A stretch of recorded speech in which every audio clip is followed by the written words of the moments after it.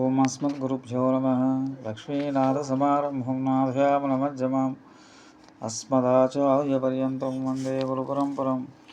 వసుదేవసుతం దేవం కంసచానూరమర్దనం దేవకీ పరమానందం కృష్ణం వందే జగద్గురుం. ప్రియ భగవద్బంధులరా, ఈరోజు మనం భగవద్గీత భక్తియోగంలోని 6-7 శ్లోకంలో 13వ అధ్యాయంలో ఏతి సర్వాణి కర్మాణి మయి సన్యస్య మత్పరాః అనన్యేనైవ యోగేన మాం ధ్యాయంత ఉపాసతే. 6వ శ్లోకం 7వ శ్లోకం. తేషామహం సముద్ధర్త మృత్యు సంసార సాగరాత్ భవామి న చిరాత్ పార్థ మయా వేశ్చిత చేతసాం.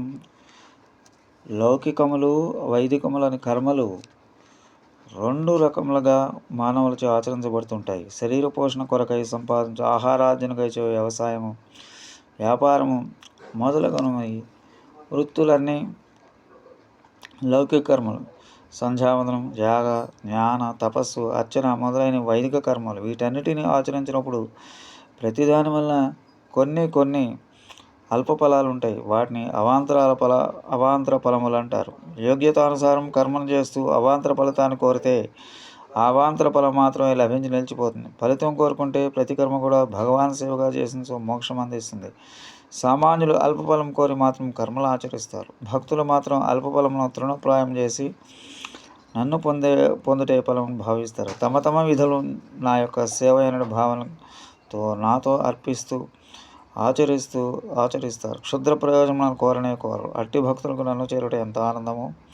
నా నామస్మరణ, జ్ఞానము, నా అర్చనాదులు కూడా అంతే ప్రేమగా ఉన్నాను. వారిది అనన్య యోగము అనగా అనన్య భక్తి. ఇటు అనన్య భక్తులకు నా కైంకర్య రూపం తమ జీవనయాత్ర సాగుటే మోక్షం.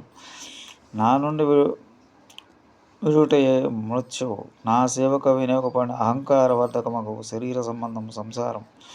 నన్ను ఉపాసించు అనన్య భక్తులు మృత్యుమయమైన సంసారం అనే సాగరం నుండి హే పార్థ నేను ఆలస్యం చేయగా ఉద్ధరించుదును.